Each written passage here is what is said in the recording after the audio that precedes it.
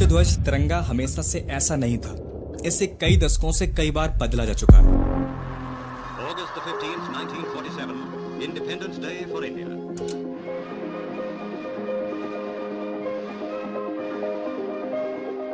The rebirth of a nation after the slumber of centuries and a long struggle for self-determination. सबसे पहले साल 1858 के दौरान British Bharat ने एक ध्वज पेश किया था। यह ध्वज दिखने में कनाडा और ऑस्ट्रेलिया ब्रिटिश उपनिवेशों के ध्वजों के समान था। इसके बाद 1904 में फिर एक ध्वज सामने आया जिसे स्वामी विवेकानंद की आर्य शिष्या निवेदिता ने डिजाइन किया था। यह ध्वज दिखने में कुछ ऐसा था। अभी तक जो आपने ये ध्वज देखे, इनका मोटिव उस समय क्या था पता नहीं, पर इसके बाद से जो ध्वज सामने आए उनका उद्देश्य सिर्फ एक था, वो था पूरे देश को यूनाइट करना और अंग्रेजों से आजादी पाना। अगस्त 7, 1906 यह वो तारीख है जब भारत के प्रथम ध्वज को पारसी बागान यानी कि ग्रीन पार्क कलकत्ता में फहराया गया था। इस ध्वज को फहराने के पीछे का उद्देश्य भारत की एकता को दर्शाना था। तब ये ध्वज लाल, पीले और हरे रंग के 36 पट्टियों से बना था और इस ध्वज की हरी पट्टी पर 8 कमल के फूल, पीली पट्टी पर वंदे मातरम लिखा था और लाल पट्टी पर चांद और सूरज बना था। और इस ध्वज को कमल ध्वज, कलकत्ता ध्वज के नाम से भी जाना जाता है और तब इसे सुरेंद्र नाथ बनर्जी ने फहराया था। इसके बाद 1907 में इस ध्वज में दूसरी बार बदलाव किए गए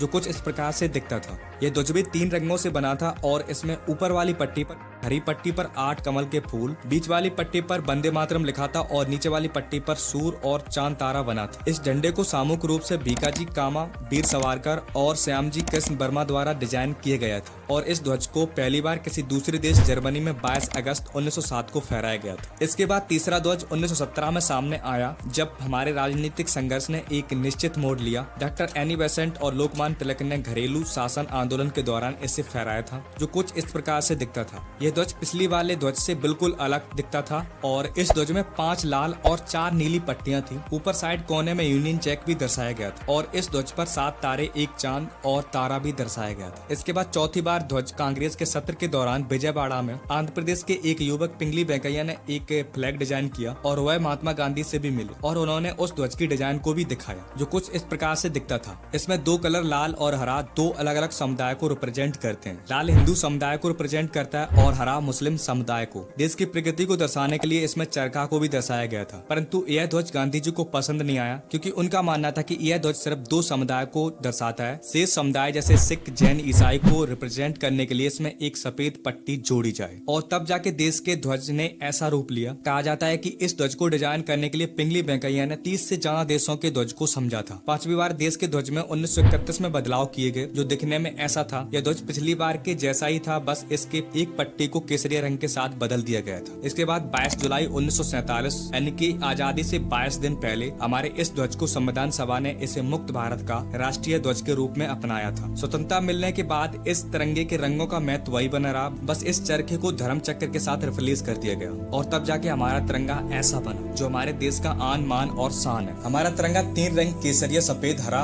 और नीले रंग के अशोक चक्र से बना है जिसमें केसरिया देश की ताकत, साहस और बलिदान को रिप्रेजेंट करता है। सफेद शांति, सच्चाई को और हरा रंग भूमि की उर्वरता, हरियाली और संपन्नता को दर्शाता है। तिरंगे के धर्म चक्र को सारनाथ के शेर स्तंभ से लिया गया है और इसका व्यास तिरंगे की सफेद पट्टी के बराबर होता है। इस चक्र की 24 तेलियां व्यक्ति के उन 24 गुणों को रिप्रेजेंट करती हैं जिससे देश की उन्नत हो। वीडियो अच्छा लगा हो तो वीडियो को लाइक करें, कमेंट करें और चैनल को सब्सक्राइब करें हमारे ऐसे और वीडियो को देखने के लिए। Thanks for watching and take care.